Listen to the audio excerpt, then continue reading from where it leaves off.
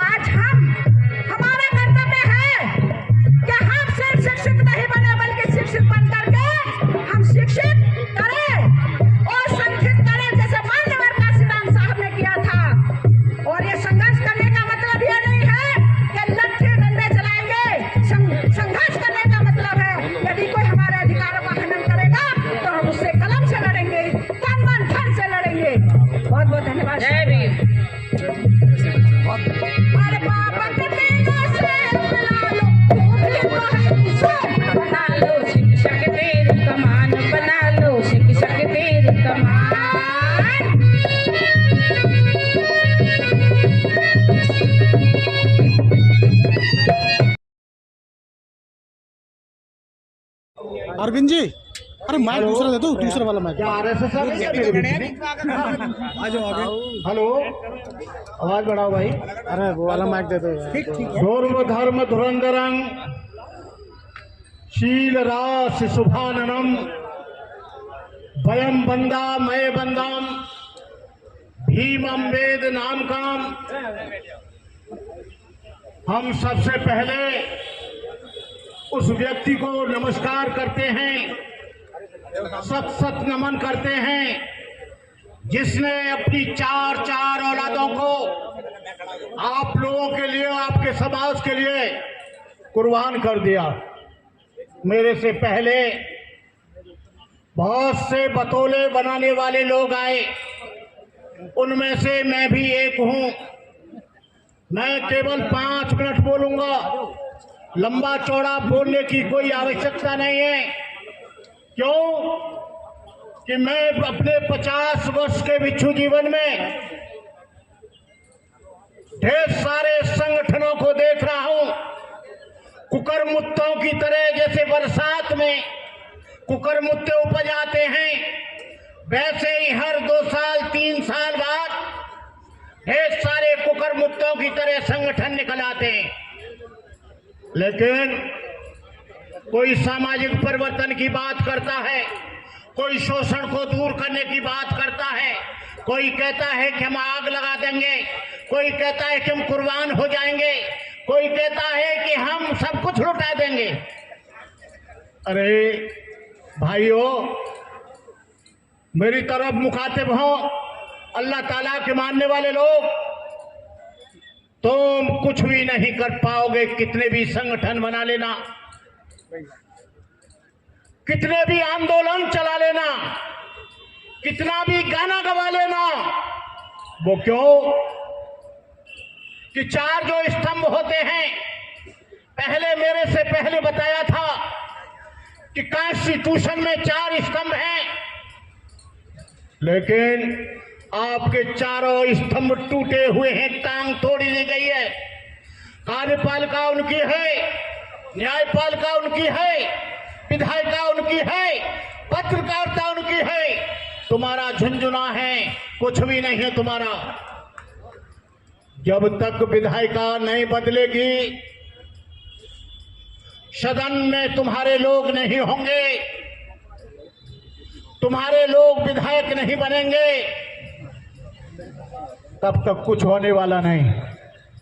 क्योंकि विधायिका भी कार्यपालिका को बनाती है, आईपीएस आईएएस वो लोग बनाते हैं और रिपोर्ट करते हैं, न्यायपालिका से न्याय मिलता है। बाबरी मस्जिद छीन ली गई, तुम्हारी हर जगह पिटाई हो रही है। मूंछें रखने के बाद जितेंद्र मेघवाल को मार दिया गया, इंद्रपाल मेघवाल को घड़ा छूने पे मार दिया गया, हाथरस के जिला कासगंज में दलित की बारात को नहीं छोड़ने दिया। हम लोग आज विकल्प ढूंढ रहे हैं, और ये जो मंच है ना, ये ऐसा वैसा मंच नहीं मुझे दिख रहा है। ये कुछ बदलाव करना चाहता है, लेकिन बदलाव करने से पहले मैं बता दूं, सामाजिक मंच हमेशा बिकते आए हैं, बेईमान लोग हमेशा बिकते आए हैं। जिग्नेश दलितों की बात करता था गुजरात में, कांग्रेस से समझौता कर लिया। कन्हैया कुमार बहुत बड़ी तकरीर देता था बहुजन महापुरुषों के ऊपर, वो भी बिक गया। रामदास आठवले ने दलित पेंशन बनाई, वो भी चला गया। रामराज उदित राज ने प्रसंग का संगठन बनाया, वो भी बीजेपी में चला गया। ये आपको बताएं, ये चंद्रशेखर आजाद ने भीम सेना बनाई, भीम आर्मी। यही बालक राम जी ने उसे जेल से छुड़ाने के लिए बड़े बड़े कार्यक्रम जंत्र मंत्र पर किए। हम लोग जब तक जुड़े हुए थे, जब तक वो सामाजिक संगठन था, और आप लोगों से भी हम जब तक जुड़े रहेंगे, जब तक आपका ये सामाजिक परिवर्तन का संगठन जिंदा रहेगा। लेकिन हर एक आदमी अपना स्वार्थ देखता है। मैं ज्यादा तकरीर न करते हुए, बहुत से लोग कसीदे पढ़ते हैं, मैं जमीन पर काम करता हूं। मैंने एक कॉलेज खोला है, जिसमें गरीब बच्चे 1400 बच्चे हैं। मैं जमीन पर काम करता हूं। मैंने लखनऊ में एक गेस्ट हाउस बनाया है, मैं जमीन पर काम करता हूं। लक्ष्मी नगर में एक बुद्ध विहार है, एक नोएडा में बुद्ध विहार है, उसकी भी लड़ाई में लड़ने के लिए गया। ये अब तक बतौले बनाते रहोगे। तुम लड़ाई की बात करते हो, तुम पर एक चाकू नहीं, भंते करुणाकर सत्य अहिंसा का पालन करता है। भंते करुणा पर 4 आग्नेयास्त्र हैं, 4 ऑटोमेटिक। क्यों? उसका कारण है, यह अमीर गरीब हो सकता है, गरीब अमीर हो सकता है, लेकिन ब्राह्मण अछूत नहीं हो सकता, अछूत ब्राह्मण नहीं हो सकता। मुझे खुशी है कि आप यहां पर बैठे हो और कुछ करना चाहते हो। मैं भी एक मेरे से पहले वो चंद्रशेखर जी ढेर सारी उर्दू में कुछ हिंदी में बोल के तकरीर गए थे, शेरो शायरी करके गए थे। मुझे भी एक मजा आ गया कि मैं भी बोल दूं। वक्ते जिहाद है सबे रक्स का नहीं, वक्ते जिहाद है सबे रक्स का नहीं, वो खून का कतरा किसी के यश का नहीं, बुलावा सरफरोशों का हुआ आज फिर है मैदान जानदारों का मरीज इसका नहीं। लेकिन गुल छड़ाने की लहर पर जिनसे उम्मीद थी वो भी पत्थर लग गए सीने पे मर जाने के बाद। आज बाबा लोग, सनातन की बात करने वाले लोग आज बेलगाम हो गए, हिंदू राष्ट्र की मांग करते हैं, संविधान को बदलने की बात करते हैं।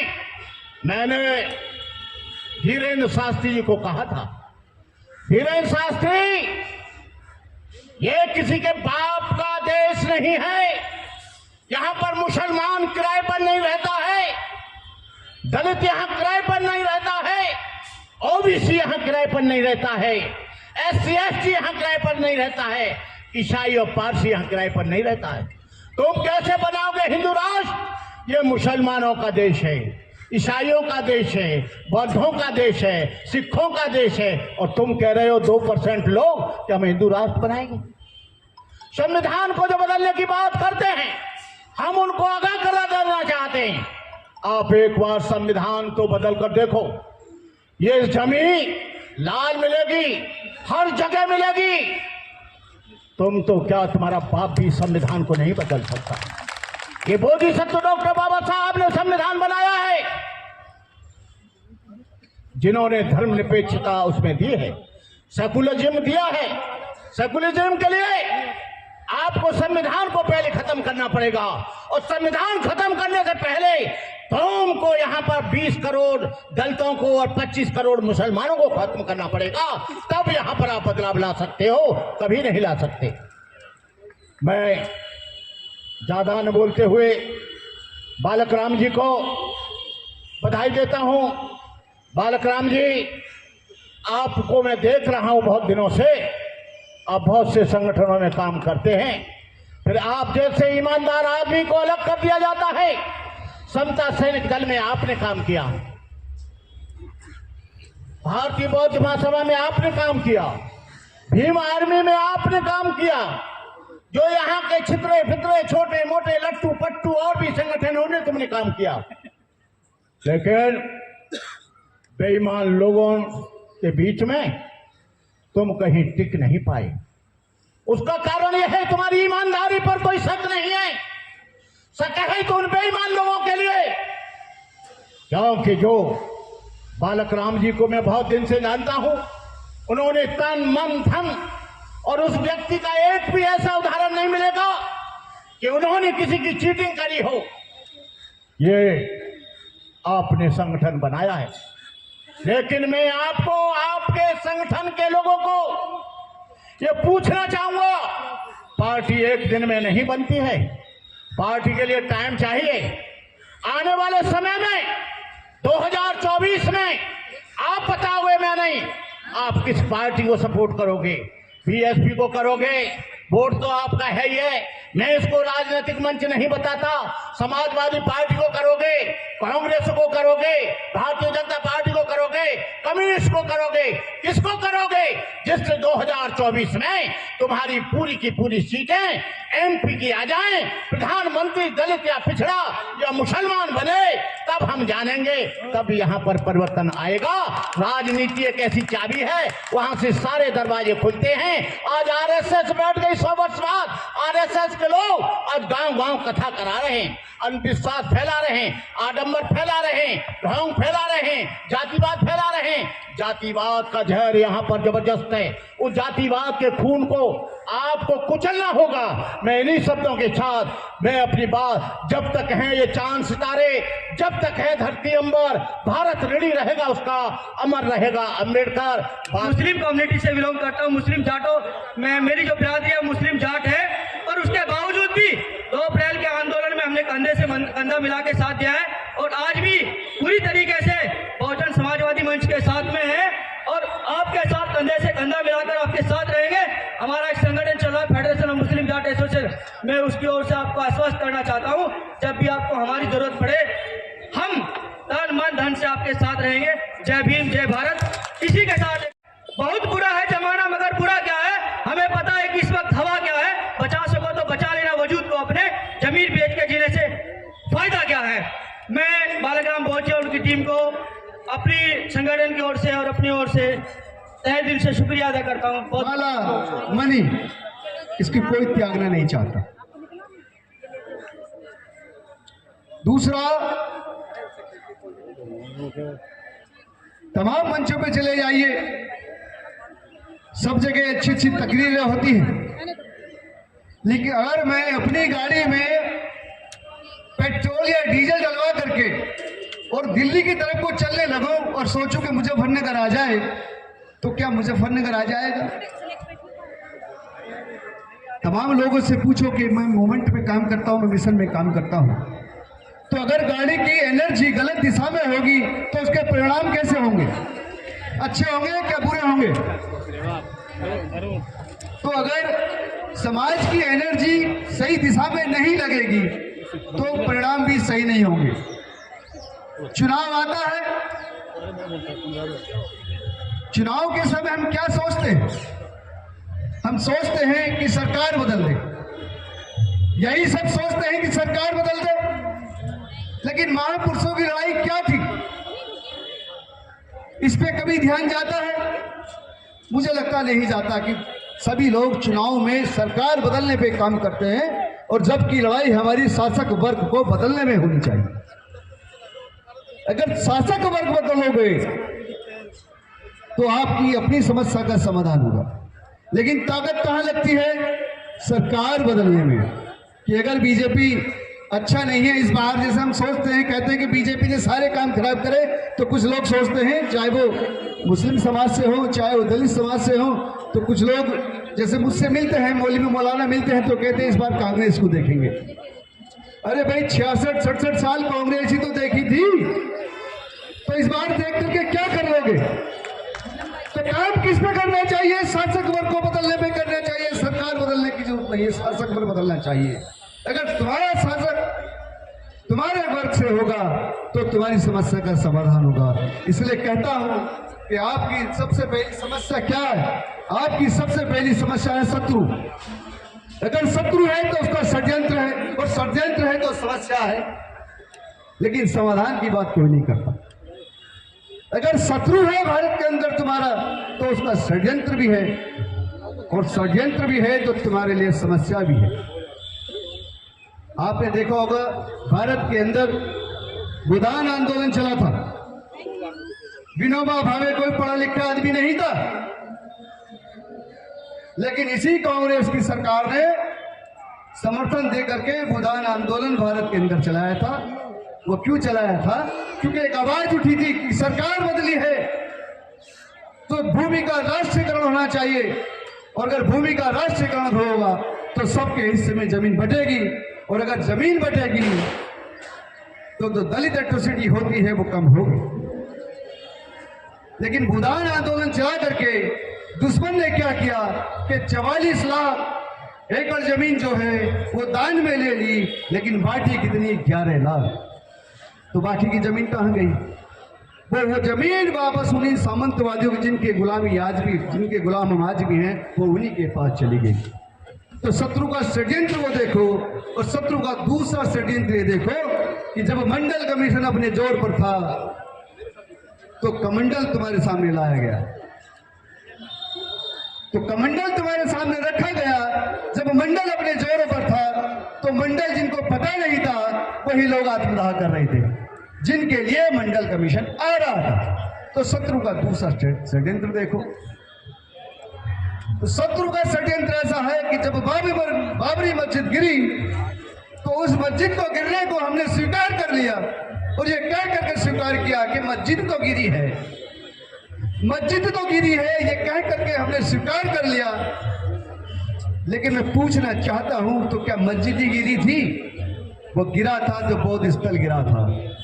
तो कितने बौद्धों की आवाज उस बाबरी मस्जिद के खिलाफ, गिरने के खिलाफ में उठी। तुम ये इसलिए खुश हो गए कि मेरा तो फूल खिलते हैं बहार बन के। आज 24 दिसंबर मुबारक हो आप सबके गले का हार बन के, आप सबके गले का हार बन के। आज बहुत खुशी का दिन है कि माननीय बालक राम बोध जी जो ये हमारे समाज को बहुजन समाज सम्मेलन में या बहुजन समाज समारोह किए हैं, बहुत खुशी का दिन है। लेकिन एक तरफ मुझे खुशी हो रही, एक तरफ बहुत दुख की बात है। हमारे बीच में मानवर कांतिराम साहब चले गए, मानवर कांतिराम चले गए हम लोगों को छोड़कर।